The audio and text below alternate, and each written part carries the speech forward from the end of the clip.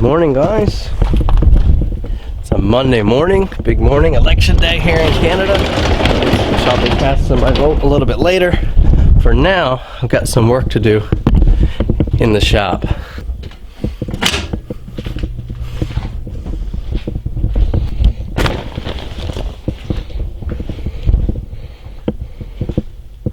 Oh, that coffee's good. It's a chilly morning out there. Get yourself a K and Knives mug on the website if you haven't already. Thank you to you who have supported and purchased already. Hats as well. Lots of different options available. Some used gear. Anyways, like I said, it's Monday morning. I haven't been in the shop since, I guess, Saturday evening. I don't generally work on Sundays. I was down kind of with a cold this weekend. Still a touch of it this morning, but it's kind of easing off. Missed church yesterday and just kind of rested up. But now, like I said, it's time to get some work done. I got to do some cleaning.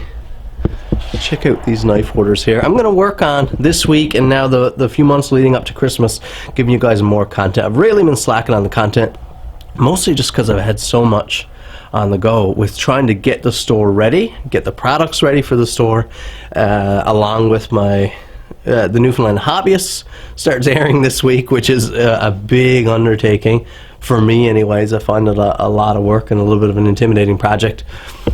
And then, of course, I still have my custom knives, my knife business that I'm working on. So, as you know, I closed custom orders a couple weeks ago, but that doesn't mean I don't have any work to do. These are the final custom orders, plus a few more I have in the works to go out, and I'll be working at that primarily this week. So let's get to work. Let's see, this here is the full-size set. This right here is a set, an angling knife and a hunting camp knife, some bake apples, we have an Islander and a Santoku there. I have another Santoku in the works as well.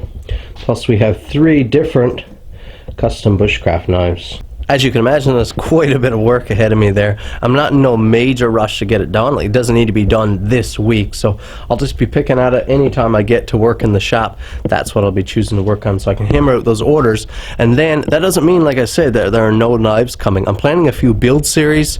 You can go back in the playlists on my channel and see build series I've done in the past. That's how I introduced the bake apple. That's how I introduced the Islander. And it's just kind of a fun way to bring you guys along on a build, so stay tuned for that. The DR is sitting here. That thing hasn't been started in, I don't know, probably a week and a half now or more. Like I said, it's cooling off. Check out these colors up here in the ridge behind my house. Isn't that beautiful? Fall is settling in. We have some big plans for the fall leading up to Christmas. Thank you guys for staying tuned with me so far. Any day I'm doing heavy grinding or anything like that, I always roll the bikes out of the shop just for dust's sake. Decided to fire it up here this morning, let it run for a few minutes, get that oil up around it, because I'm not planning on storing it yet for the year.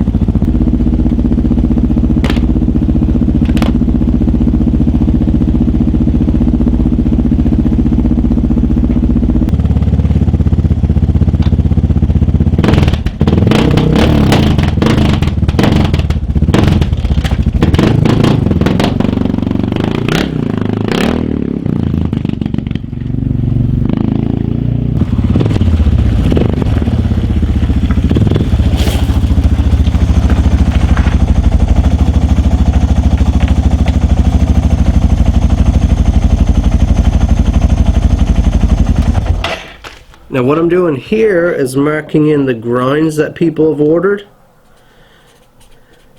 And this is like a step that I have to care for now.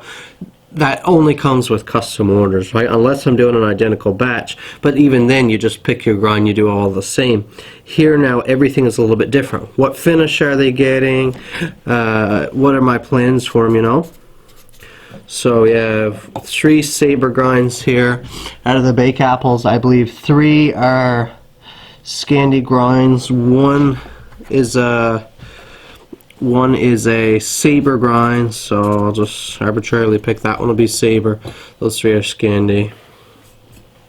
Belt finish Santoku, so not polished. That makes a difference in how I grind the blades. These 2 are both going to be convex and polished, of course. Just adds in a complication, of course. I have a brand new 36 grit belt on there. Still running that Dayton 2x48 grinder. Really getting my money's worth out of this thing. It's done so much work. Put on a pair of disposable coveralls now. This is one of the little tricks I picked up over the past few months. And these things are super cheap.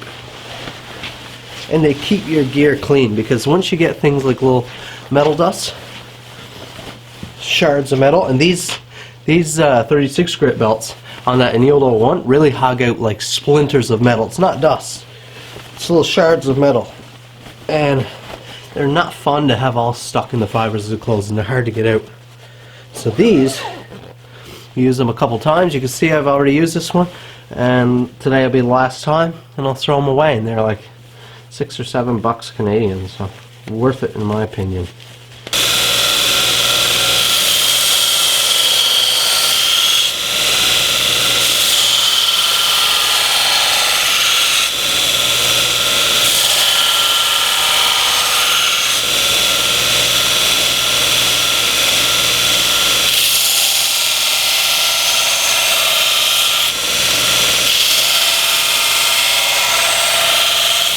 Okay, we could stop this.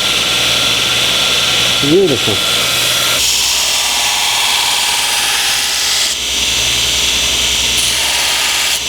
Whew. Little break now. I've got everything grinded in rough. That's on the 36. Next we'll go to 60, and then 120, and that is all we'll do before heat treat, except for the few that are getting polished. They'll need to be hand sanded. But very happy with my grinding this morning. I have found knife grinding to be something that's very, I don't know what it is, but very defined good days and bad days. Some days I'll get a whole bunch of perfect grinds like these, like just a beautiful grind, no extra work, no cleanup, no fixing or touch-ups, nothing like that. To get this long, lean grind, nice and straight. But then I'll have other days where just I keep messing up, and I don't know what it is that caused that. I've noticed if I'm a little bit tired, my hands aren't quite as steady. I've even found like because I still, just like I said in the beginning, I started out, I freehand everything. No guides, no jigs, I don't draw out my bevels, nothing like that. Freehand and eye. So to enhance that hand craftsmanship, it really is my perception. That's what you're getting. So if I even on days I find that maybe I haven't, even like diet, even if I haven't eaten something and my stomach is a little bit off, or like I haven't eaten yet today, and your stomach is kind of that hollow, really hungry feeling, your hands maybe a little bit less steady, it all affects how well my grinds come out. And then you get like a nice pretty bake apple here with a real handsome saber grind. Just lovely.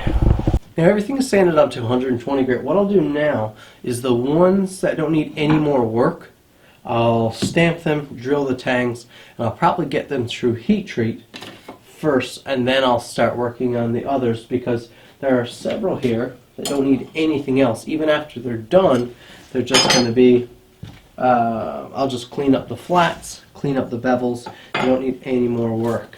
Like this beautiful Islander there, doesn't need anything. A couple here.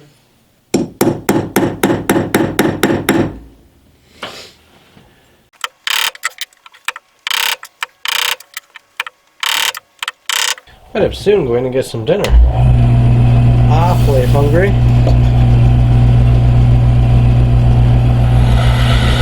I haven't eaten anything today for months now, ever since probably March. I've been playing around with fasting. It's just something I'm really interested in, and not necessarily from a religious standpoint. Even though I am a Christian, that hasn't been necessarily the reason for all of my fasting. But I've been doing a lot of fasting, not as much lately, trying to get into it a bit again, because there's so many health benefits to fasting. We tend to eat a lot more than we need to eat, and it's also just kind of a personal development thing for me. A lot about the power of the mind. It might sound a little bit hokey and stuff, but I used to read a lot of Tony Robbins, which a lot of people think is a little bit of like a motivational guy, motivational coach, but that's not really what he is. It's kind of like a personal development coach. There's a lot of them out there, but I've always been fascinated by how much your mind can do for you with just some tempering. And it's why you have people in recent years doing like cold water jumps, polar dips, and things like that. And some people do daily cold water dips where they jump into ice water, force themselves to stay there. It's all about training your mind, which I understand it if you find it's a little bit hokey, but for me, I found it just helps you be a little more strong-minded. And I think I'm talking myself out of going in and having a meal right now, even though I'm super hungry. And I feel like I need it. That's the whole point of it, right?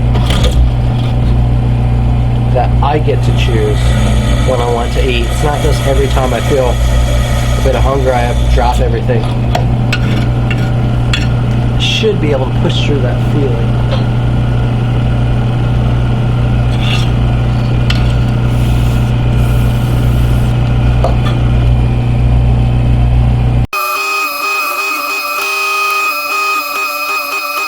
Well, that's all I can do here now because I don't have enough time. I'm up to heat treat, but I don't have enough time to actually carry out the heat treat because that takes a few hours span there.